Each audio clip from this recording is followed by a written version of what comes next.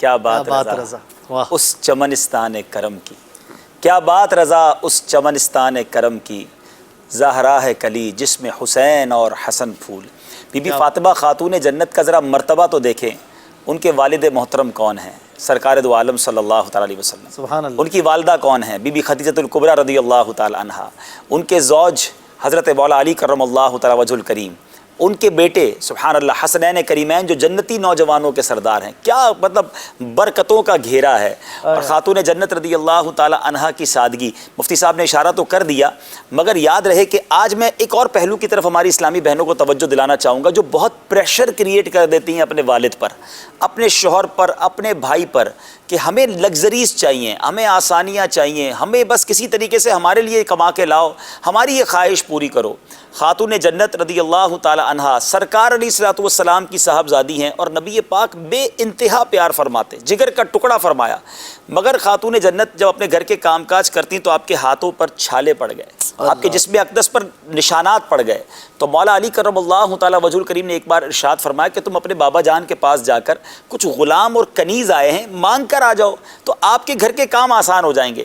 آپ گئی نبی پاک علیہ الصلوۃ والسلام کے پاس، آقا علیہ الصلوۃ والسلام کو مصروف دیکھا، صحابہ کرام موجود تھے، واپس آ گئیں۔ شام نبی پاک علیہ الصلوۃ والسلام خود تشریف لائے کہ اے فاطمہ تم آئی تھی، کیا بات تھی؟ کہ حضور یہ معاملہ تھا۔ تو پیارے آقا علیہ الصلوۃ والسلام کی تربیت دیکھیں، آج بہت سارے والدین کے لیے بھی شاندار اس میں پیغام ہے۔ پیارے آقا چاہتے تو کئی خادم دے دیتے، فرمایا اے فاطمہ اپنے گھر کے کام کاج اپنے ہاتھ سے کیا کرو، اور جب تھک جایا کرو تو 33 بار سبحان اللہ، 33 بار الحمدللہ اور 33 بار اللہ اکبر پڑھ لیا کرو۔ ایک روایت کے مطابق 34 بار اللہ اکبر پڑھ لیا کرو۔ ناظرین، یہ آج تک تسبیح فاطمہ ہم نماز کے بعد پڑھتے تو ہیں، یہ تسبیح فاطمہ کو تسبیح فاطمہ کیوں کہتے ہیں؟ اس کے پیچھے یہ واقعہ موجود ہے، اور علماء بڑی خوبصورت بات لکھتے ہیں کہ جب بھی کوئی مزدور، چلیں آج بہت سارے، ابھی نان بھائی کی بھی کال آئی تھی کہ میں روٹی لگا کر تھک جاتا ہوں، کوئی بھی شخص کام کاج کر کے تھک جاتا ہو، اس کو چاہیے کہ رات کو آرام کرنے سے پہلے تسبیح فاطمہ پڑھ لے، خاتون جنت کی برکت سے، اللہ کے ذکر کی برکت سے اس کی تھکن دور ہو جائے گی۔ پیارے آقا کی تربیت دیکھیں، اپنی شہزادی کو سادگی کا درس دیا، ہاتھ سے کام کاج کا درس دیا۔ یہاں ایک بات اشفاق بھائی کرنی ہے کہ یہ جو پریشر کریٹ کرنا ہے نا، ہمیں کپڑے یہ والے چاہیے، ہمیں زیور یہ چاہیے، ہمیں یہ لگژری چاہیے، اس مجبوری کی بنا پر کئی لوگ حرام کمانے کی طرف جاتے ہیں۔ اپنے گھر کے مرد کو پریشر نہ دیں۔ مجھے ایک بات یاد آئی کہ پہلے کی عورتیں، کتابوں میں لکھا ہے، جب مرد صبح کام پہ جاتا تھا نا تو اس کو کہتی تھی دیکھو حلال کما کے آنا، ہم تھوڑے پر گزارا کر لیں گے، حرام مت لانا، ہم جہنم کی آگ برداشت نہیں کر سکیں گے۔ سبحان اللہ۔ مگر آج اگر گھر میں دیکھیں، یہ اسلامی بہنوں کا بڑا اہم کردار ہو سکتا ہے۔ آپ اچانک دیکھیں کہ میرے والد زیادہ چیزیں لانے لگ گئے ہیں، پیسے زیادہ آنے لگ گئے ہیں، میرا بھائی کی تنخواہ 15,000 ہے اور یہ 25-25 ہزار روپے کیسے لا رہا ہے، میرے شوہر کل تک تو بقروض تھے، آج یہ اتنے پیسے کیوں آ رہے ہیں؟ آپ کا الارم بجنا چاہیے، اور آپ روکیں انہیں کہ کہیں ایسا تو نہیں کہ کوئی غلط لائن اختیار کر لی ہے۔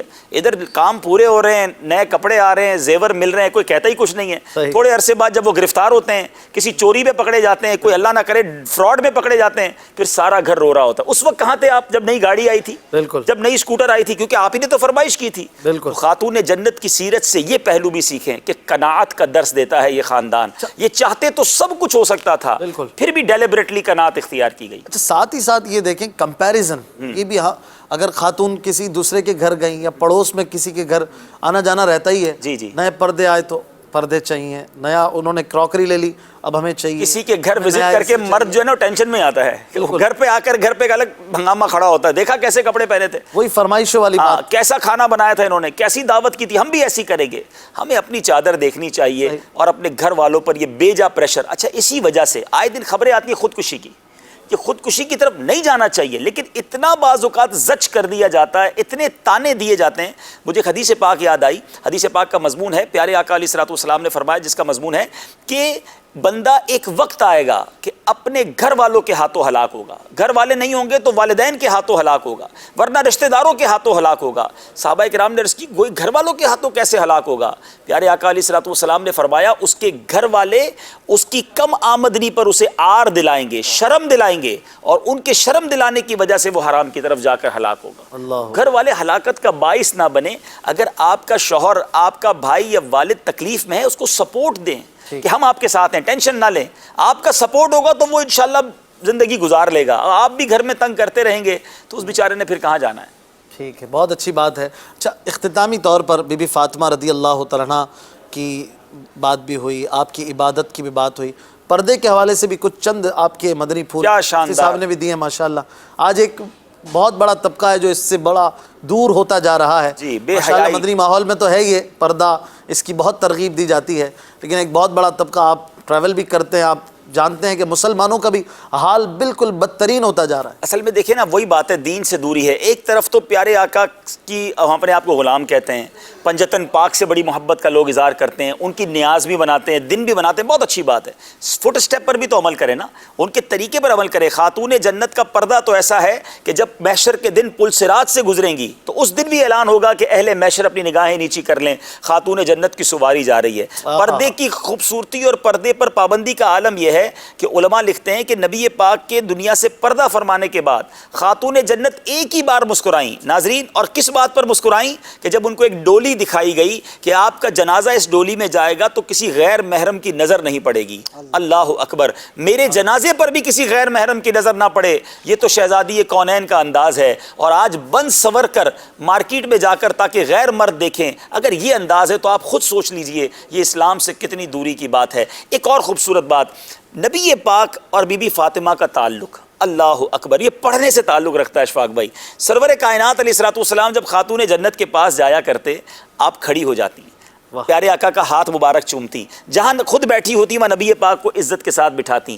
جب خاتون جنت نبی پاک علیہ الصلوۃ والسلام کے پاس آتی، آقا اپنی نشست سے کھڑے ہو جاتے، ان کا ہاتھ مبارک چومتے، ماتھا کبھی چومتے اور اپنی جگہ بٹھاتے. ایک باپ اور بیٹی کا تعلق، ایک باپ اور بیٹی میں محبت، یہ بھی شاندار درس ہے ان لوگوں کے لیے جو بیٹی کی پیدائش پر غمزدہ ہو جاتے ہیں، معاذ اللہ گھر میں لڑائی کرتے ہیں. ارے بیٹی تو اللہ کی رحمت ہے. اور نبی پاک کی وہ حدیث کتنی شاندار ہے جس کا مضمون ہے بیٹیوں کو برا نہ کہو، بے شک میں بھی بیٹیوں والا ہوں. یہ کمال کی بات کر دی نا کہ میں بھی بیٹیوں والا ہوں. تو جن کی بیٹیاں ہیں گویا یہ تو جنت میں جانے کا ٹکٹ ہیں. ان کی اچھی پرورش کریں تو انشاءاللہ ان کے برکت سے جنت نصیب. یہ اس دور میں بیٹی کو عزت دی جا رہی ہے جس زمانے میں تھوڑے عرصے پہلے بیٹی کو زندہ درگور کرنا عیب نہیں سمجھا جاتا تھا، دستور تھا. دستور تھا، بالکل دستور تھا. پورا ریوالویشن کیا نبی پاک نے، ریوائیو کر دیا. ساری باتیں پس پش ڈال کر اسلام کی یہ روشنی ہے. ان اسلامی بہنوں کے لیے، ان خواتین کے لیے بھی درس ہے جو کہتے ہیں اسلام جو ہے اس میں عورت کے لیے کچھ ذرا مشکل ہیں. ارے اسلام جتنا حقوق نسواں کا درس دیتا ہے، اگر وہ بچی ہے تو جنت میں جانے کا ٹکٹ گویا کہا گیا. بیوی بن گئی تو اس کے ساتھ اس کو جناب اچھا سلوک کرنے کا حکم دیا. ماں بن جائے تو اس کے پیروں تلے جنت قرار دے دی گئی. ہر روپ میں عورت کو عزت دی ہے اسلام نے.